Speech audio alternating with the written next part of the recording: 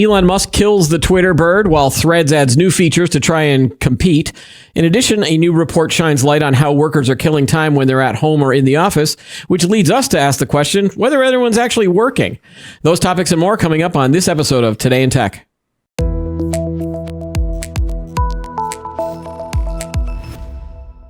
Hi, everyone. Welcome to Today in Tech. I'm Keith Shaw. The guy pushing all the buttons behind that big monitor is Chris. Hello, sir.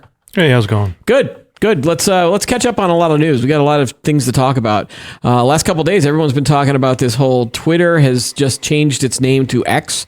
They've killed the bird, the blue bird that everyone apparently loved because that's all that people want to talk about. Basically, on Monday, the website started showing the new X logo in its upper left corner where Twitter's Bluebird once perched. Musk overnight had changed his profile photo as well as that to the official Twitter account to the new X logo. I've seen a lot of sort of reactions to it. Most people are kind of making fun of it, comparing it to sort of porn websites, like all the porn logos have X in their titles. I saw one that was related to the Kingdom Hearts video game, where apparently the evil organization is called Organization 13. It's X33 or X111, the Roman number for 13, and then all of those bad guys have X in their name. I don't know. It seems silly to me, but I think when you look, there's something more than just changing the logo, right? From what you're seeing and hearing. Yeah, I mean, for one, I think the X branding, I think he's trying to put it in line with his other brands. Well, he got SpaceX, right? Right. So I think he's just kind of putting it in line with that. And I think what Elon's trying to do with X is to make it a audio visual banking kind of site. He wants to make it the Swiss Army knife of apps. So, yeah, there's something in this article from the Wall Street Journal where basically the CEO, Linda Yaccarino, basically described X as including audio, video, messaging, and banking capabilities. Musk has spoken before about his ambition to use Twitter as the foundation of a vision that he has described as X.com in an everything app. In March, he said he thought it was possible for his company to become the biggest financial institution in the world. He has cited as a model WeChat, a popular Chinese app that is used for everything from messaging to mobile payments to business services. Not so sure that's going to happen, but I mean, you never know. I mean, look what he did with Tesla. Look what he's doing with SpaceX. I mean, so far he's been pretty successful, right? And what he's focusing on. So. Yeah, I think he's just trying to aim higher with Twitter/X. He's trying to, maybe reach a broader audience. I think another joke that came out was like, if you merge Twitter with X, you get Twix. So that was trending yesterday on Twitter. And, when you see the trending topics, you usually go, oh, has someone died? Or, what's going on? And so Twix is trending. I'm like, oh, I wonder if they've got a new flavor. Yeah. No, it's just people making fun of Twitter plus X equals Twix. Yeah, so I mean, like, I don't think this is a big deal. I mean, I think Elon Musk was going to kind of change a lot of things about Twitter anyways, so changing the brand and logo, I don't think it's a big deal. Then again, I don't have Twitter, so... Yeah, I know. You're the... when you comment on this, it's like, yeah, you don't use it at all. I mean, again... I'm sure there's going to be a lot of heat in the comments about, oh, they shouldn't have done this, but, like, what does it matter? What does it matter? What's interesting to me is that the assumption that an app or something belongs to someone or belongs to the user. It feels like any of the outrage that's happening here is like, oh, how dare you change that Bluebird or blah, I don't like the new logo. It's like, well, tough. Like it's you don't own the company. So I don't know, maybe it's not. Am I overreacting here? Like, I don't care one way or the other what logo they use. And will I still call it Twitter? Yeah, probably. Yeah. The same way I still call Meta Facebook. I mean, it's still Facebook, and no matter how many times, Zuckerberg wants to change the name of the company. Right. I mean, I think the challenge Elon has right now is how do you take your X brand and compete with the Twitter brand? Excuse me. So, because Twitter, you have tweets, retweets, it kind of, has Yeah. a nice ring to it, and Yeah. it kind of makes sense. It's a little bird tweeting, chirp, chirp, chirp. But like, I'm not so certain- I I'm think that's certainly- going to be his challenge is how do you one up the Twitter brand with your new brand and logo X? I'm certainly not going to start saying, well, yeah, I'm going to X something, or Yeah, I'm going yeah. to X that on Twitter. I'm going to post something. No, it's like, oh, I'm going to tweet it, or I retweeted it, or so-and-so tweeted something today. I think that word is still going to be around. Yeah, I don't think he's thinking of his brand or logo as a kind of like, it almost makes it seem like he doesn't really care that it's, I don't know how you would want to call it, like public friendly facing, right? Because again, I think he's trying to get it in line with the rest of his organization's X kind Well, of. then how come he hasn't renamed Tesla into like Tesla X or Texla? I mean, he's probably just fine with it. He's fine with it. But if It's you were been so gonna- successful. Well, why? if you were going to put an X into every company that you own, wouldn't you sort of start that at some point with the other brands? Is there there's a Tesla Model X. X. There you go. Okay. He already did it. Yeah, but he has Tesla Model X's. Okay. And I know he has a Tesla Model Y, right? There's the Y. So, and I think his son or his child, son or daughter is named some, I don't know, like alphabet or letter or, Yeah. I don't Let know. me say. XXI. Oh my God, he has 10 children. What? No. Yeah. He has 10. What? He has 10 children? Yep. Elon Musk has 10 children. Well, or 7, according. There is one. Yes, one of them. Okay, so he's got a bunch of kids. One of them is named Saxon, Saxon. Another one is this is the one that you probably remember. It's like XAE Okay. A Yep. dash X or XYI, so 12. Yep. That's it. Imagine going through life as that name. I know. How do you say that? How do you pronounce that? I don't know. It's like when Prince turned himself into a symbol. Like you never just sort of you still called him Prince. Yeah. You didn't never say like symbol guy, purple Right. musician. Right. I don't. Yeah, but everyone's talking about it, so I feel like we have to talk about it too. In the meantime, our pals over at Meta Facebook Threads, like the Instagram. I've read an article now that's calling it Instagram Threads. It's not actually a separate app. It's now just Instagram Threads. That story this was from last week, where there was an article about it's losing allure for users, adding urgency for some new features, and it just so happens that today they did add a new feature. So this story is a little bit old, but it does express a feeling that you and I have both had about once you've launched something, you still have to keep the users interested in order to keep them using it. So the interesting stat is not the fact that they have 100 million followers in a week. The more interesting stat would be how many of those people returned. And to be honest, after we set up our Instagram or Instagram Threads account, my personal one, I've used it maybe twice. We have the Tech Talk Instagram channel, which we revived. So if you do find it, subscribe to it. Yep. We will put up our short video clips there. But then also that then allowed us to create a Threads account, and I've been posting some stuff there. But again, I'm not very interesting stuff, just the posts from the show. I'm not kind of like trolling anybody or doing what you would normally do on Twitter. Well, so here's the thing. Yeah, there's a good This shows the graph, right? The engagement's extremely low, but I mean, I guess this is my question: is like, what does Threads do differently compared to other social media apps? Right? Probably nothing, other than the fact that it's a Meta branded app, right? Maybe that's the thing, is that it's part of the Meta ecosystem, but still, I don't think it really does much. I don't think it doesn't really do anything different than any other social media app out there. So it's the same sort of microblogging thing that you could get on. Right. It's just the branding. It could be a Facebook thing. It could be an Instagram thing. It could be a LinkedIn. I mean, LinkedIn almost does the same thing for most of these things. Yeah. So I think it was a impulse app or impulse development app. I think Zuckerberg just wanted to crank this out just so he can take advantage of the negative press that Elon was getting after his buyout of Twitter. And I don't think he actually has longer term goals with it. I could be totally wrong, But it just feels like that. It almost feels like an afterthought of an app. Well, so you and I were talking about this before the show. This is a perfect example of the minimally viable product that most apps and games and products sort of take these days when you're developing something. Yeah. You basically launch with the minimally viable product.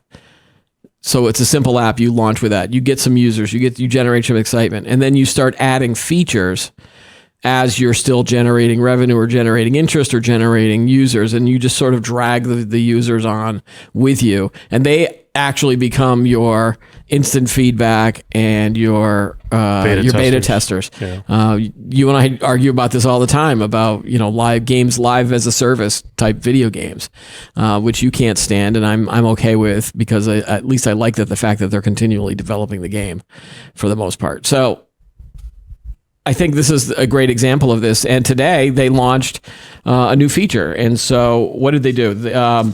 Basically, they added the following tab that lets you see only the people that you follow. And so this was something that annoyed me in my initial version of Threads. Not so much in my feed, but in the company one that I'm also controlling. Most of the people, I was getting a lot of political kind of posts because based on the algorithm from whoever was using this app before I took it over. And so I was like, I don't want to see those. I'm not following that person. And so the ability to sort of hit a tab and switch over to only the people that I'm following. What is this? Is that a Meta spokesperson?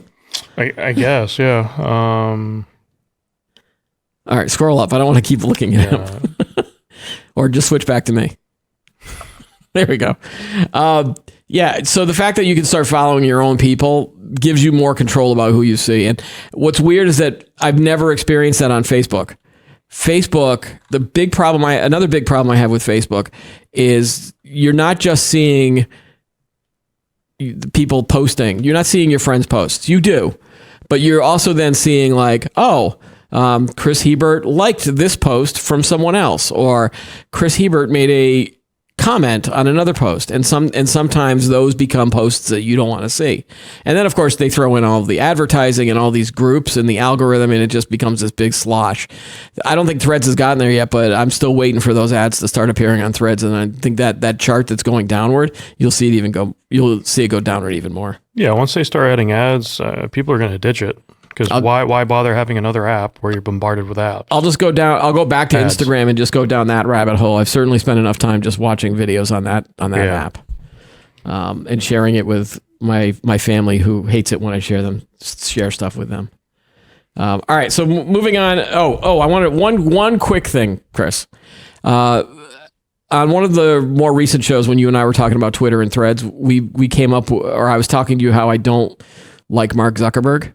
Oh, yeah. Yeah, and because I just feel like he looks like a 15-year-old, and as I was looking, I sort of turned that into a short, but that reminded me I could actually draw an image or have AI do an image of what Mark Zuckerberg might look like with a beard.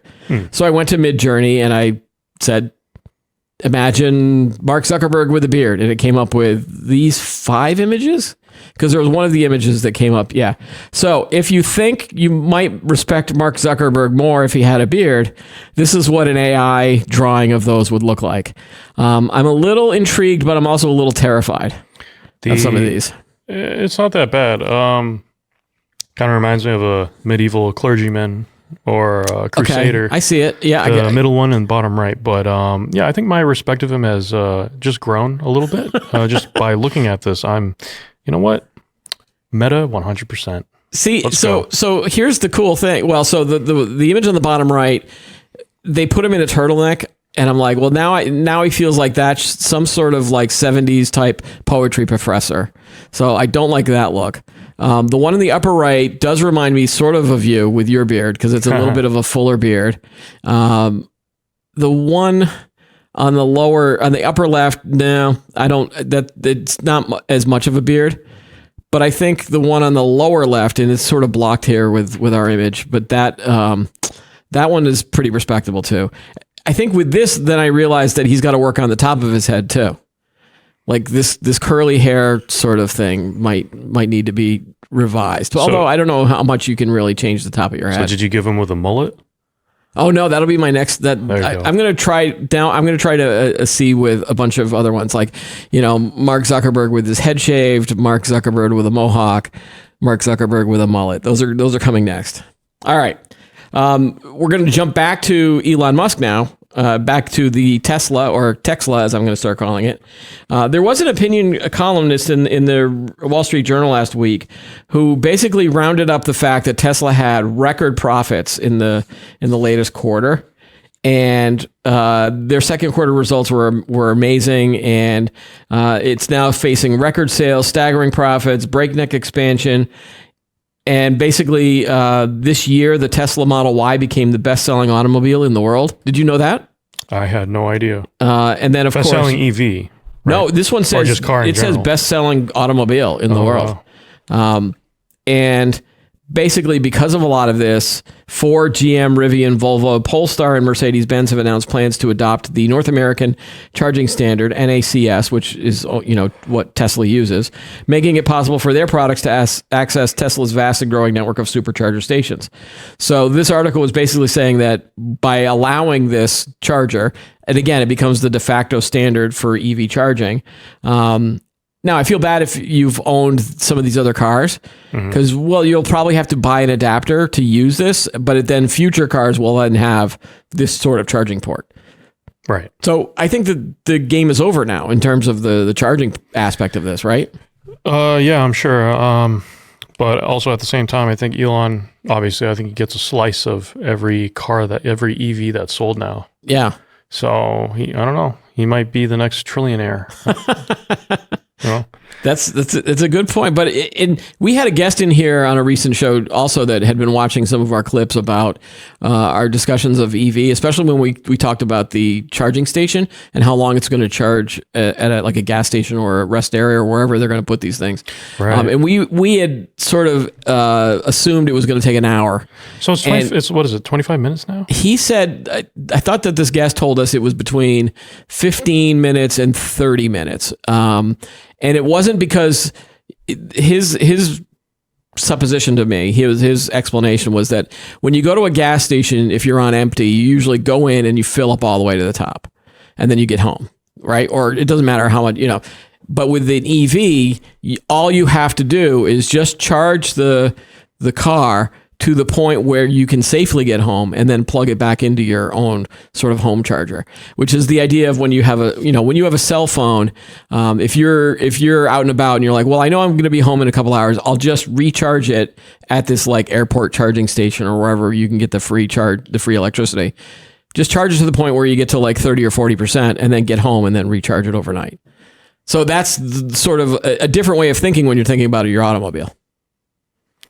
So that would reduce the time. You wouldn't have to spend an hour because you wouldn't be going up to the top anyway. You wouldn't get to the 100%. Now, if you were stretching that on a long, long road trip, like if you were driving to multiple cities, then you might have to space that out. But if you just needed one charge before you got home, get it to the point, it's going to tell you how, whether you can, the app is going to tell you how much time you're going to have left on your charge, and just charge it to 70% or 80%, get home and then recharge later. Yeah, I mean, that makes sense. I mean, even to this day, even with gasoline cars, internal combustion cars, with the way gas prices are, I mean, there's still a little bit up there. Yeah. I mean, they're a little bit more manageable now, but it's still, you look at the gallons and price as it ticks away as you're pumping, it's just kind of like, Yeah. Well, I've done that on the sort of the Mass Pike because it's usually more expensive at the rest areas there. It's like a whole $1. Yeah, like more. If I was running low and I'm like, do I really want to pay $4 a gallon when I could be paying $3.50 at home? Then I might only put a couple of gallons in just to get to my home area where I know the gas is cheaper. But the prices don't fluctuate as much with the gas. Yeah. And again, it's not so much about the price with the EV stuff. It's more about how much do I want, how much time. Time is now the valuable commodity to someone. Right. Like, do I want to spend 10 minutes here and get to 70%, or do I want to spend 30 minutes to get to the top of the charge? And I think most people are now choosing time. Or you could spend 2 minutes with a gasoline car and get on your way. I don't know. I mean, look, I think it's good. I think it's good to, you know, EV market is settling on Tesla's charger. I think that's great. I just think the next step after that is like infrastructure. Well, yeah, the big issue still remains about how are you producing the electricity to charge these things. Right. And there's a lot of fossil fuels that are still going in that generate that electricity. Well, here's the thing. In my house, I actually, even if I had the money to install an EV charger in my house, right, I couldn't because my circuit board, my switchboard, it's maxed out. Right now, currently. So that means I would have to upgrade your house. And I was talking to my electrician about this. He's like, yeah, you're going to have to get another circuit board, whatever you call it. Just leave it in the comments, whatever it's called. Circuit breaker board. I call it the circuit breaker board. I would need another circuit breaker board. Yeah. Which costs quite a bit. And then you have the whole charging, equipment that you need. That's a whole other bit. And it's just kind of like, maybe when they drop the price down a little more, I don't know. But there's already that hurdle. Like for my instance, for my case, it's like, well, there's that hurdle. My circuit breaker's already filled up. I can't put another. And if I'm charging that every night, right? I commute to work 3 days a week. 3 days a week. Yeah. And if I do that every night, that's a big draw. Yeah. That's a big draw. So I've got that story of your house reminds me of another story. I've got the same issue, but only on one side of my house. We have a house that's it was built in 87. So that's, if you do the math, 30 something years old. And on the left side of my house, that's where we have a lot of sort of electrical gadgets and different things that we put in. And we discovered that if we were downstairs or if my wife went downstairs to vacuum in that part of the house while the air conditioner on the second floor was on, it would blow the circuit breaker. Yeah. And so we would always have to tell each other, hey, I'm about, shut off the AC in this room because I'm going to vacuum downstairs. So now we have another air conditioner. So we have 3 air conditioners on that left side of the house. We can't run the middle one and the bottom one at the same time. So there's always this constant communication. We had an electrician come over and he said, oh, well, you've got old circuits or circuit breakers. I'll put a new circuit breaker in here. And he showed me how much power like the vacuum cleaner was drawing versus... It draws a lot. Yeah. So we stopped vacuuming. I mean, that's the key is right there. You just, okay, I guess I'll just stop vacuuming. And if you want to charge that's a joke, people. If you want to charge your Tesla, you don't need a vacuum. You have a Tesla. Just live in filth. Live in your Tesla. Actually, your situation's actually similar to mine. So in our garage, we have a second fridge. We have 2 fridges in the house. One in the kitchen. And I miss my second fridge. We got rid of one of ours, but I now miss it. Yeah, and one in the garage. So by adding that fridge, and we had a mini split installed. Now, mini splits are relatively energy efficient. Yeah, we love it. It's great. So since we bought the house, we have an extra fridge and a mini split for our attachment. We have an addition on the house. So we're maxed out. If we were to put any other big major appliance with a big draw, it's going to flip a breaker. Yeah. Similar to your story. So I think you might see more stories like ours trying to integrate EVs into your household. Well, do you have solar on the top of the house too, or no? No, you're not generating the solar yet. We don't have solar. Are you surrounded? That's because you live in the middle of the woods. We have a lot of trees, and since we bought the place, we took down 7 trees. You're gonna have to cut down 50 trees to get the sunlight in order to get the solar panel. Right, and you're not wrong when we say we live in the woods. I really do live in the woods. Not in the country, but it's outside of a major city. Yeah. Right. So 7 trees we cut down initially, and we're going to plan on cutting about 4 more. So it's a lot. Just to get the sunlight or to get something else? Just for aesthetics. To get the trees away from the house. Yeah. But by doing that, there's going to be a lot more sun in the house. I think we should just change the name of this podcast to This Old House. Or yeah, there you go. But it's not so cut and dry. It's not so simple as someone who lives in an inner city. For example, look at Needham. Okay, we don't have a brand. you see a lot of brand new houses in Needham. Yep. Very, I don't know what you want to call it. Wealthy, expensive. Very wealthy, expensive, green grass everywhere. Yeah. So I think you're going to run into that issue where you have these family households trying to adopt, and it's going to become a lot more challenging than, say, someone who lives in the inner city. Right. So, and I think another point that this conversation brings up is a decision that you make as either a homeowner or a consumer, you might not realize is the other consequences that will happen because of that decision. So again, as a consumer, if I want to buy an electric car, I now have to start thinking, well, do I need to upgrade my house to get the electrical grid working so that the circuit breakers don't break all the time? What else do I have to do? You know, I'm going to have to change my route planning if I am going on a longer trip. It's, you know, step down the road. Same thing for like just house stuff. Like there's all these things that I want to do, but in order to do that, I have to do A, B, and C. And I just don't have the time or energy or money to sort of do that at this point. Yeah, another side note going back to what we were initially talking about the viability of putting in another appliance in your house. The whole reason why we found out that we would have to get another circuit breaker is we were actually planning on, we were thinking about putting in a dual zone in our house. So our house has central air. Yep. Right. And I was talking to my HVAC guys like, hey, you know, is it possible to put a second zone on the second floor? So he took a look at our circuit breaker and it's like, you have no spots left. You have nothing. Yeah. You'd have to put in a whole other circuit breaker. Yeah. And he's like, yeah, that's a big project. Yeah. So and we're also now faced with the fact that electricians trying to find an electrician is a chore for many people. Oh, don't worry. I'll hook you up, Keith. All right. Well, I heard that there's a shortage of electricians. That's why I was thinking that it might be a problem. Okay, moving on from this old house. TikTok. Let's go back to TikTok. They want to sell made in China goods to Americans. This is a Wall Street Journal exclusive story. They are launching an e-commerce business in the U.S. to sell made in China goods to consumers, stepping up its rivalry with popular shopping platforms Shein, S-H-E-I-N, and Temu. I don't know if I pronounced Temu right, but I did learn it's not Shine, it's Shein. And I'll tell you about how I know that in a second. The video sharing platform will make the program available in its biggest market in early August. People with familiar with the plan said, as it seeks to replicate the American success of these China-founded rivals of these two other companies. Apparently, it's also similar to Amazon's Sold by Amazon program. TikTok will basically store and ship items, including clothes, electronics, and kitchen gadgets, on behalf of manufacturers and merchants in China. It will also handle the marketing, transactions, logistics, and after-sales services. I don't know if it would take off with the people who are angry at TikTok at the moment, but there is still a fan base.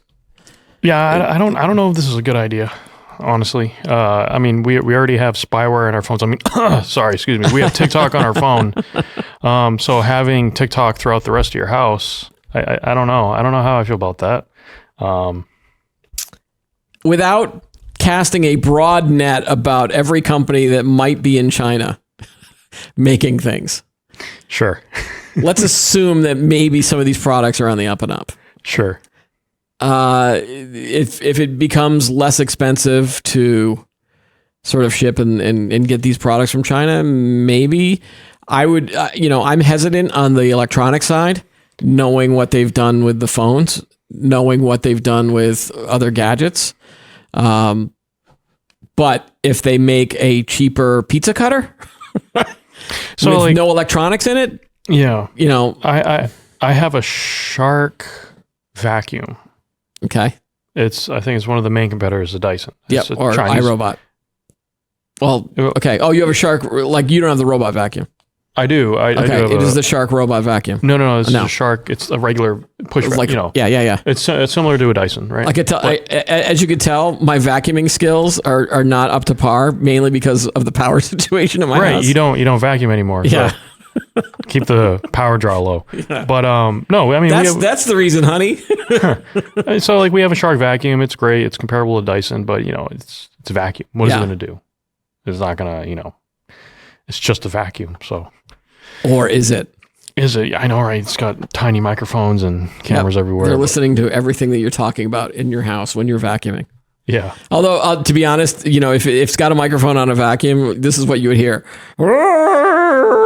Right. What'd you say, honey? Right. That was the world's worst impression of a vacuum cleaner, by the way. Yeah. And granted, like, we have the Amazon, what was it called? The little, I can't remember. Oh, sorry. We have a Google. Oh, no, Google Dot, Alexa. We have all those. Yeah.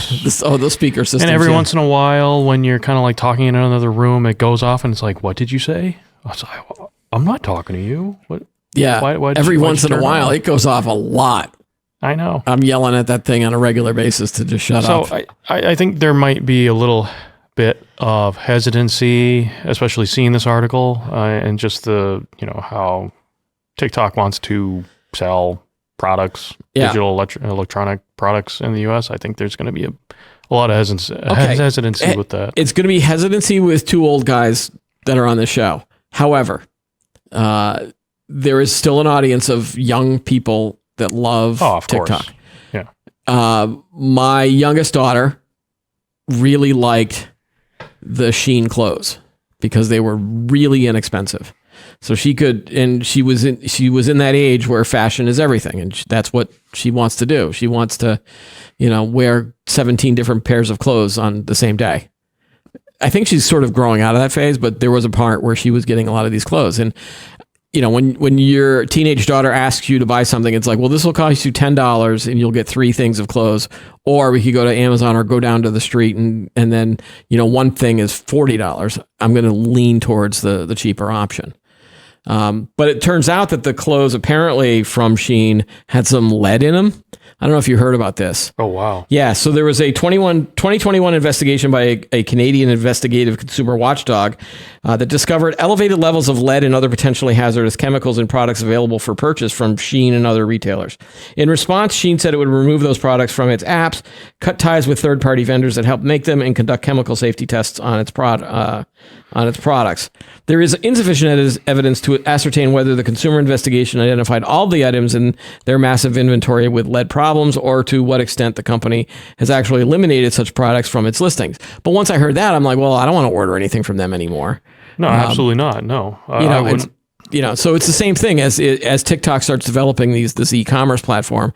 How do you know where these products are coming from, what kind of labor they're using? Right. You could say the same thing about Amazon, though. You could say the same thing about anything that you buy. Do you really do your homework in terms of figuring out where this stuff is coming from? I mean, most of the time Amazon is a vendor, right? They sell right, but they do, but then they have their own sort of branding. Like there are like Amazon basic brands, and so they're trying to sell less expensive versions. But I'm sure they've got to have a standard of quality. You know what I mean? Even though they are Amazon, they sell their own brand. Like I have Amazon Basics computer arms for my laptops. Yep, and they're arguably some of the best monitor arms you can buy on the market. They're just a solid quality, nothing fancy, nothing special. Yeah. But thinking about just going back to what you were talking about, the cheap products, it's like, in my mind, okay, you got cheap products and then you have affordable products.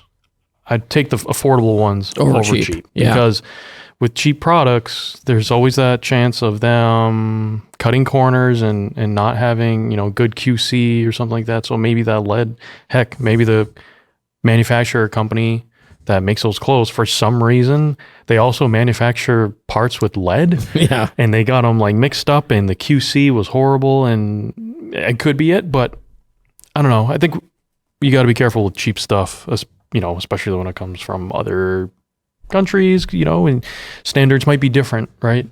So, all right. So you're a thumbs down on that idea, but we'll monitor it. Hesitant. Yeah, you're hesitant until we can see if there's some really cheap video products that comes out of this. Yeah, I mean, I don't buy inexpensive or affordable. I'll use that word instead of cheap. Sure. I mean, whatever the Shein brand. Obviously, I don't. Oh, these are clothes for teenage girls. You're not gonna. Yeah, I'm not. You've got 10 or 12 more years at least. Yeah, I got some time. And maybe I don't know if the company's still around then. Or there's some other sort of China-backed company. All right, let's move on. We've got a couple of other things we want to talk about on the show. Getting into the worker, remote, hybrid, office space types of things. There was a fun article in the Wall Street Journal this week, basically saying that remote work diehards like to brag about how much They get more work done from home. Truth is, it's often their downtime that's also much more productive. What do workers do all day? Well, they work, of course, says this article. They also take runs, unload the dishwasher, and pop out to the drugstore if they're remote. Recent data from Stanford University and other researchers found that basically those at home are more likely to exercise, complete chores and personal errands, and care for their kids during the workday. Employees in the office, meanwhile, are more likely to kill time scrolling the internet or playing a game on their phones, according to a survey of more than 4,500 people. Okay, wait. I know you want to jump in here. I know you are. I know you're ready.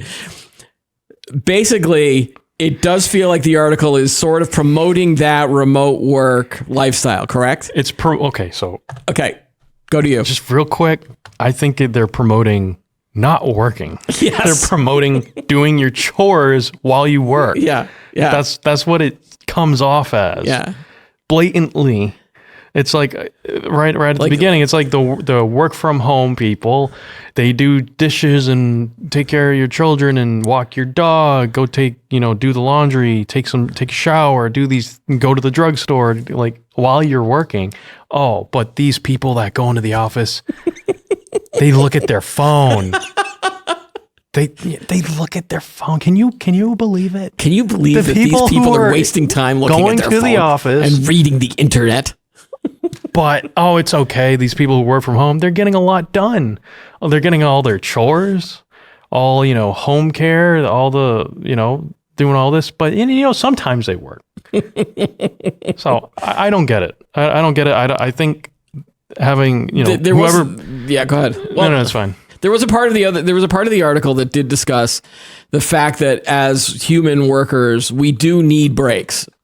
And so I think that the author or this report, the angle that they were taking was if we agree that people need breaks when they're working, whether it's just a mental break because you've been working on something really hard and you need a quick 5-minute jog around the building or whatever. The point they're trying to make is that when you're working at home, you are sort of being home productive. Well, you're being home productive versus work productive. And if you're at work and you take a break, you're being not productive. But it's like you could be work productive at work, for example. Okay. If I'm at work, where I'm at work right now, I'm going to take a break. I'm going to take a 5-minute coffee break. Now, at my 5-minute coffee break, I can talk to Susan or Jane in sales. Yeah. And talk about, our latest sales performance on sponsorships. Right. That's productive, but at the same time, you're kind of taking a break. Right. So again, I don't get it. And you're not doing that you're not taking a work break at home. Like when you and I work both at home on Mondays and Fridays, generally, right? Yeah. If I'm taking a break, so I'm editing a video or I'm doing something or I'm doing some research for, some topics or, emailing some potential guests. I'm like, okay, that was 15, 20 minutes of work. I'm ready for a break. I don't immediately call you up on Zoom and go, hey, Chris, it's time for a break. Let's just chat at the virtual water cooler. There's none of that. So right. So what do?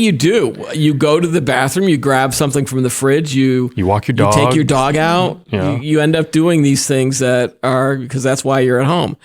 I don't know if one is better than the other. I mean, I think it's a little disingenuous to say that you're being productive because it's more like you're just being home productive. Yeah, you're doing chores at your house. You're putting in effort and chores into something that does not work. And it's being looked at right now as a good thing because it gives you more of a life balance. Now, because of this home productive stuff that you're doing, do you extend the day beyond 5-6 o'clock because of that? I mean, honestly, I think people are not. Let's not get anybody in trouble here, either you or me.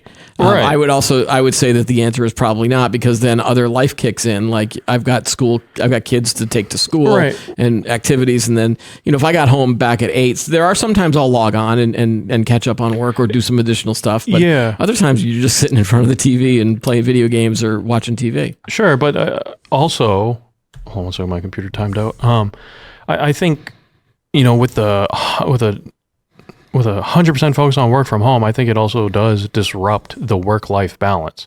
Because now think about it, if when you take a break at home, working from home, and you do all your chores, oh, what time is it? Oh, you've already spent an hour and a half doing chores.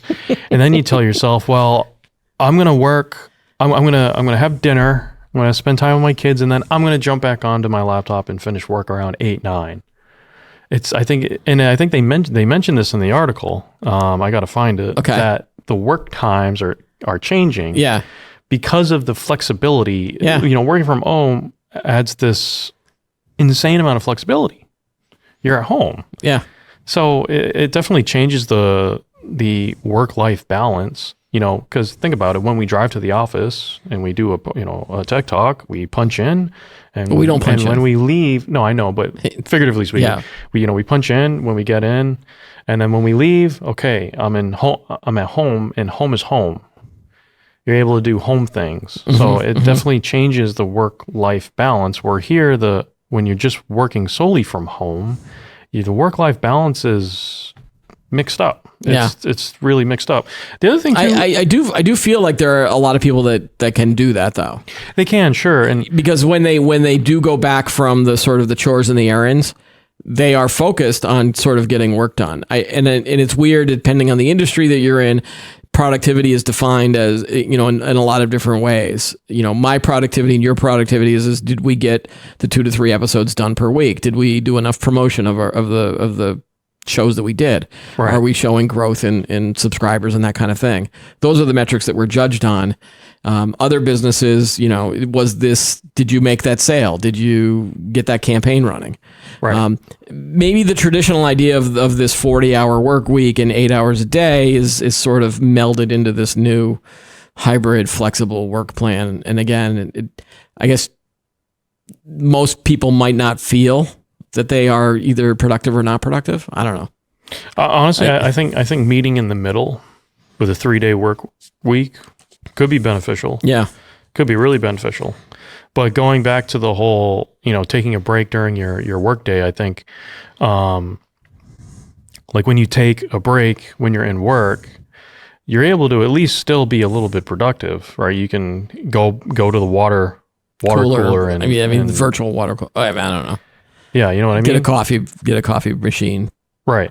But when you're at home, again, you're going to do chores. You're going to avert your attention to something else that's not work related. And I think that's what the other argument is getting at in the article is, at least when you're at work, you're there at work and you can communicate with other people in your team and whatnot. But anyways, I think there's more nuances to this than just everybody needs to go back to the office or everybody needs to just work from home. I think there's got to be some sort of like in between. You know what I mean? So you think that the hybrid work thing is not working?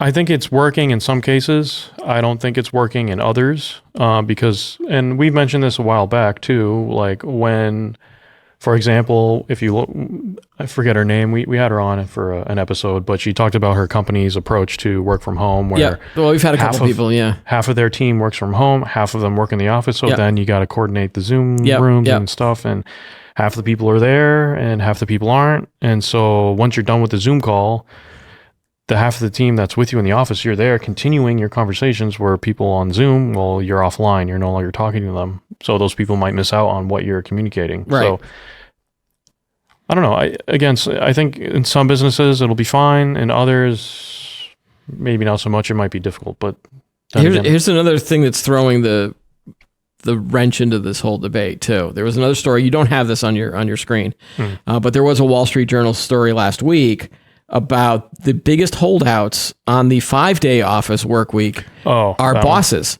Yeah. It's not the low ranking, frontline worker. It's not even your middle managers. It's the bosses. And apparently there's a McKinsey research that says an influential group of senior employees strongly prefers the option of working from home at least part of the time. They are the top performers and competitors, they are the top performers, and competitors will poach them with the promise of remote work. So these companies that have, salespeople or, the big wigs of the company that are, raking in all the money, they're the ones that are saying, oh, well, let's keep working at home. Like we don't, And then if another CEO above them or another leader tries to get them to go back into the office, they're like, well, I'm pulling in, 7 figures. I'll go to another company that respects that. So I don't know where the Wall Street Journal stands on this. Like half the time their articles are about get back to work. Right. And then the other half of the time there's like, oh no, stay at home. Yeah. I mean, if you're making 6 figures, right. And if you're upper management, when you're working from home and you take, a break, you're playing golf. So of course, it might be fine for them. Of course they're going to keep I'm just joking. It's probably not like that, but it makes you think. Do you remember? Do you remember the myth of the like the 3 martini lunch? If you were like, it was like think about Mad Men and the advertising culture in the 60s. Yep. All of the executives would go to lunch and then you'd get drunk at work. You're right. Yep. I never experienced any of that. Like my working career began in the 90s. And by then everyone was like, no, there's no such thing as you can't drink at work. What are you talking about? Like that's a horrible idea. And maybe I just wasn't in the right circles because I was never in sales or the industry or the right industry. Yeah. I mean, journalism was always about, the smoke-filled newsroom and just cranking out news stories. And so you're saying IDG wasn't like the Wolf of Wall Street? Like remember that where was that a smoke-filled room or it was a lot of other filled stuff yeah. No. In fact, I didn't even come to IDG until the 2000s. Okay. And by then it was all right. I walked into the newsroom at IDG for a lot of these things and it was like you were in a library. Oh, geez. And you would have editors that would sort of like shush you if you were being too loud. That's no fun. And growing up and sort of working in the early days of the newspapers my early days as a reporter in the 90s, it was bouncing ideas off each other, yelling, and sort of this chaotic thing to put out a newspaper, of course, which is now obsolete. So right. I assume that there are some newsrooms like that still. Sure. If you have even a bunch of reporters that are gathering in a newsroom anymore, I think most newsrooms are now probably remote. Some person sitting in their home office just cranking out stories and talking to sources that way. Or talking to their cats. Talking to their cats. Most sources are cats. Cats are more willing to go off the record than dogs will. Anyway, one last topic, and this is an interesting one. There's this idea that artificial intelligence could give us digital immortality. This was a feature story in Engadget that I think you and I both found fascinating. If you believe that generative AI avatars for the dead are still a way out, you'd be wrong. At least one company is offering digital immortality already, and it's as costly as it is creepy. Rememory is the name of the company, is a service offered by Deep Brain AI, a company whose main business includes those virtual assistant type screens along with AI news anchors. It's a firm in South Korea, and they took their experience with marrying chatbots and generative AI video to its ultimate and some would say like weird conclusion. For $10,000 and a few hours in a studio, you can create an avatar of yourself that your family can visit at an additional cost at an offsite facility. Because this company is based in Korea, it's sort of, there's a mourning tradition in Korea where there's this word called Jesa or Jisa, which is an annual visit to the departed's resting place. Very bizarre. I want to play the video just to see. You don't have to play the whole video, but just sort of jump ahead a little bit to see what this experience would be like. You can skip ahead because it's weird because this guy was sentenced to death. It goes fast. Okay. So the wife is now visiting the avatar in this location.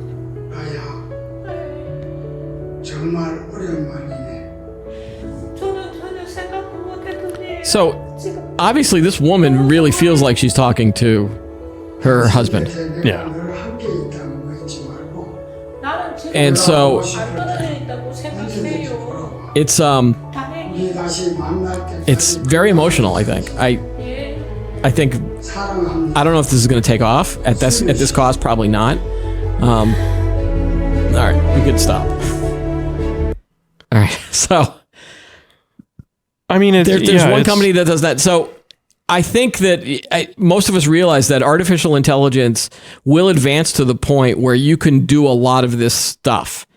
And you will be able to take enough footage of someone from a video perspective, and you'll have their voice, and you feed that into a generative AI algorithm, and you could start having conversations with people who've died. Now, I want to jump.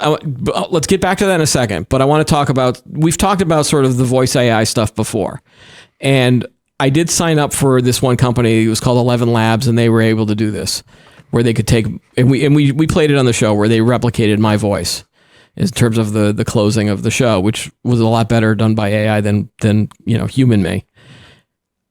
What I then tried to do was I tried to take old footage of my son when he was 3 to 4 years old, and he had sort of the cute little toddler voice, which we loved, and we've got a whole bunch of videos of him using that voice. And I tried to take that audio to see if I could recreate that. And it didn't quite get there yet. But again, I also only spent like 30 to 40 minutes on it. If I spent the whole day to try to sort of replicate it, I probably could. And of course, now that the technology might get better, I think it would be cool to have sort of a version of my son that doesn't exist anymore, because he's now a teenager and his voice has changed and his mannerisms have changed and his personality has changed. I just thought that would be cool as well. Now, in terms of mourning and death, like I'm going to get a little serious here. My father passed away 20 years ago. I don't have any sort of digital recordings of him because we didn't have a lot of video or audio of him at the time. I've got a lot of photos, and that's basically how I remember him, through photos and through memories. But in the last 20 years, we've now escalated to the point of where we are filming everything. We are recording everything. You will have the resources to create this down the road. But there's a lot of sort of moral and ethical decisions that you'd have to make. I don't think, would I spend the money to create a digital representation of myself so that I could talk to, family members after I've gone? Right. They know it's not going to be me. Yeah. It's, looking at this, it kind of does have to be a closed system, not available on the cloud. It's got to be, like on a drive. It's what they said in the article. Yeah. It's called, Jessa, I'm probably pronouncing it wrong, but it's, you go there for a fee to be able to view your AI relative, right? Deceased relative. So, I mean, it kind of makes sense. I can believe it. I mean, I know people that have had, and I think this was in a movie, one of the Avengers movies, I think, where someone held on to the last voicemail message that their spouse had left them. And the character would constantly just replay that message just so that he could hear that person's voice. Wait, which one? What was that? It was in Civil War. It was the bad guy. Zemo. Yeah, Zemo had that's right, held on to that voicemail message from his wife right before she was killed by Tony Stark. Anyway, the point is that we do hold on to it. And I do know some people, I have some friends and family members who have gone through the difficult part of losing a spouse or losing a child. And there is that need of, you want to hear from them again, or it would be kind of interesting. But everything I've seen so far, the first reaction I get is, wow, that's creepy. So I don't know if I took all of the photos of my dad, for example, and sort of fed this into the AI algorithm, and if I could find his voice somewhere or sort of try to replicate it, would I really want to sort of engage with an AI avatar of someone who, I think it comes off as a little creepy, just because, like you said, it's just an avatar. It's not actually them. Yeah. You're looking at a screen. It's a digital representation of them. Maybe some of the lines that they recorded were scripted and truly is them, but the rest of the stuff that the AI takes over, if you ask them a question or something like that, it's not really. Yeah. I mean, that's the creepy part about it. It's not really them. It's almost like we're the deep fake discussion we've had with movies, where this is a big issue with the actor strike now and the writer strike of can you use AI to basically replicate an actor? Harrison Ford is 80, but they used de-aging and deep fake sort of technologies to make him look like he was 30 or 40 again in Indiana Jones.